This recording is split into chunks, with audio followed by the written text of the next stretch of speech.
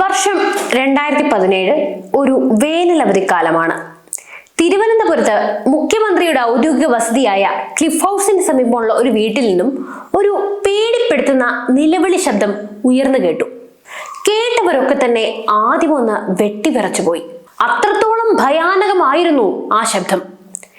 ജീവന് വേണ്ടി തേങ്ങിക്കൊണ്ടുള്ള, മരണം മുന്നിൽ കണ്ടുകൊണ്ടുള്ള ആ നിലവിളിയുടെ ഉറവിടം തേടി ഓടിക്കൂടിയ സമീപവാസികൾക്കൊക്കെ കാണാനായത് തളം കെട്ടി നിൽക്കുന്ന രക്തപ്പുഴയും അതിനൊത്ത നടുക്ക് ജീവനറ്റ് കിടക്കുന്ന 4 ശവശരീരങ്ങളും. ആ രംഗം കണ്ടവരൊക്കെ തന്നെ ആകെ ഒന്ന് നടുങ്ങിപ്പോയി. സംഭവം പറഞ്ഞ സ്ഥലത്തെത്തിയ പോലീസ് പോലും ഒന്ന് വിറച്ചുപോയി. കാരണം ഇതുപോലൊരു പൈശാചികമായ കൊടും ക്രൂരമായ കൊല അവരുടെ സർവീസ് കരിയറിൽ പോലും അവർ കണ്ടിരുന്നില്ല. എന്തിനേറെ പറയുന്നു, കേരള ചരിത്രത്തിൽ തന്നെ ആദ്യമായിട്ടാണ് സാത്താൻ സേവയെന്നും ആസ്ട്രൽ പ്രൊജക്ഷൻ എന്നും ഒക്കെ ചർച്ച ചെയ്തു തുടങ്ങിയത്. ഇനിതാ വീണ്ടും സമാനമായ രീതിയിൽ വീണ്ടും ഒരു കുരുതി വെള്ളറടയിൽ ആവർത്തിക്കുമ്പോൾ ആ ക്രൂരത ഇവിടെ അവശേഷിപ്പിക്കുന്നത് വീണ്ടും വീണ്ടും ഇവിടെ ഇത് ആവർത്തിക്കുമോ എന്ന ചോദ്യമാണ്. കൃത്യമായി പറഞ്ഞാൽ ഒരു സൂചന കൂടിയാണ്. ഇതുപോലെ ഇനിയും പല ക്രൂരതകളും ഈ മണ്ണിൽ ആവർത്തിച്ചിരിക്കുമെന്ന സൂചന. സാത്താന് വേണ്ടി ബലി ഇനിയും ആവർത്തിക്കുമെന്ന സൂചന.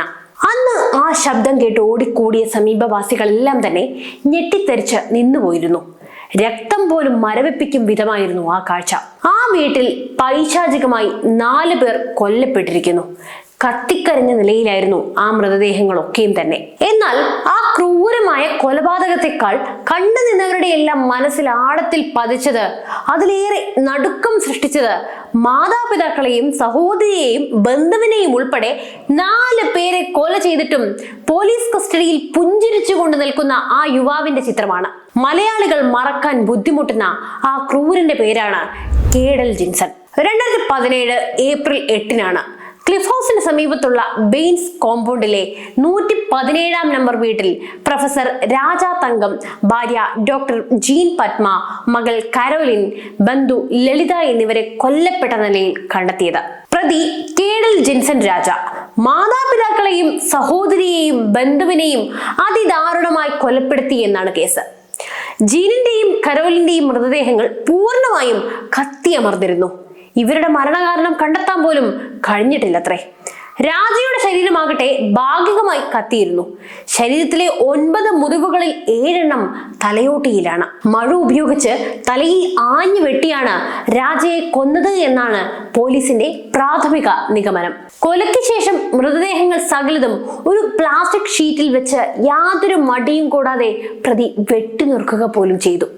നന്ദൻകോട്ട് നിന്നാണ് പ്ലാസ്റ്റിക് ഷീറ്റും ഡെറ്റോളും മറ്റും പ്രതി വാങ്ങിയത്. മൃതദേഹങ്ങൾ കത്തിക്കുന്നതിനിടെ തീ ആളിപ്പടർന്ന് പ്രതിക്കും പൊള്ളലേറ്റിരുന്നു. എന്നാൽ എന്നിട്ടും മടുത്തില്ല. ആ വേദനയൊക്കെ സഹിച്ച് തുടർന്ന് മൃതദേഹങ്ങൾ വീടിനുള്ളിലെ ശുചിമുറിയിൽ കൊണ്ടെത്തിക്കുകയും ചെയ്തു. അതിനും ശേഷമാണ് പ്രതി ചെന്നൈയിലേക്ക് പോകുന്നത്. എന്നാൽ ആ യാത്രയിലും അയാൾ സമാധാനമായി തന്നെ ഉറങ്ങി.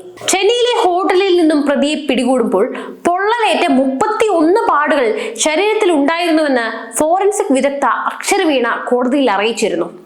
അന്ന് നന്ദൻകോട് കൂട്ടക്കൊലയുമായി ബന്ധപ്പെട്ട് പേടിപ്പെടുത്തുന്ന കഥകളാണ് പുറത്തു വന്നത്. കമ്പ്യൂട്ടർ ഗെയിം ഭ്രാന്തനായ കേഡൽ സാത്താൻ സേവ നടത്തിയിരുന്നുവെന്നും അതിന്റെ ഭാഗമായിട്ടാണ് കൊലപാതകങ്ങൾ നടത്തിയതെന്നും അവിശ്വസനീയമായ പല കഥകളും പ്രചരിച്ചു. പോലീസും ഇത്തരം കഥകൾക്ക് പിന്നാലെ കുറെ കാലം നടന്നിരുന്നു. സത്യം പറഞ്ഞാൽ അന്ന് പോലീസിനെ കുഴക്കിയത് പ്രതിയുടെ പരസ്പര വിരുദ്ധമായ മൊഴികളുമാണ്. വീട്ടിൽ നിന്നുള്ള അവഗണനയാണ് കാരണമെന്നും അതല്ല അച്ഛന്റെ പരസ്ത്രീ ബന്ധമാണ് കാരണമെന്നും കേഡൽ മൊഴി മാറ്റിക്കൊണ്ടേയിരുന്നു. അതിനിടെ കേഡലിന് മാനസിക രോഗമുണ്ടെന്ന വാർത്തകളും പുറത്തു വന്നു. കേഡൽ ജിൻസൺ രാജ മാനസിക രോഗിയാണെന്ന വാദം കേസിന്റെ തുടക്കത്തിൽ തന്നെ ഉന്നയിക്കപ്പെട്ടിരുന്നു. മാനസിക രോഗത്തിന് വർഷങ്ങളായി കേഡൽ ചികിത്സ തേടുന്നുണ്ടെന്നും ഇക്കാര്യം കുടുംബം മാനക്കേടോർത്ത് പുറത്ത് പറയാതിരുന്നു എന്നായിരുന്നു ആ വാർത്തകൾ. ശിക്ഷയിൽ നിന്നും രക്ഷപ്പെടുന്നതിന് വേണ്ടി കേഡൽ മാനസിക രോഗം അഭിനയിക്കുകയായിരുന്നു എന്നാണ് പോലീസും കേഡലിനെ പരിശോധിച്ച മാനസിക രോഗ വിദഗ്ധരും അന്ന് പറഞ്ഞത്. അതിനിടെ പൂജപ്പുര ജയിലിൽ റിമാൻഡിൽ കഴിയവേ കേഡൽ ജയിൽ ജീവനക്കാരെ ആക്രമിക്കുകയുമുണ്ടായി. കേഡൽ ഒരു സ്വപ്ന സഞ്ചാരിയാണെന്നാണ് പേരൂർക്കട മാനസികാരോഗ്യ കേന്ദ്രത്തിലെ സൂപ്രണ്ട് കോടതിയിൽ മൊഴി നൽകിയത്. പ്രതി സ്വബോധത്തോടെയാണോ കൊലപാതകം നടത്തിയതെന്ന് പറയാനാകില്ലെന്നും ആശുപത്രി സൂപ്രണ്ടായ ഡോക്ടർ മൊഴി നൽകി. എന്നാൽ കേഡൽ മാനസിക രോഗിയല്ലെന്നും കൊടും കുറ്റവാളിയുടെ മനസ്സാണെന്നുമാണ് പോലീസിന്റെ വാദം.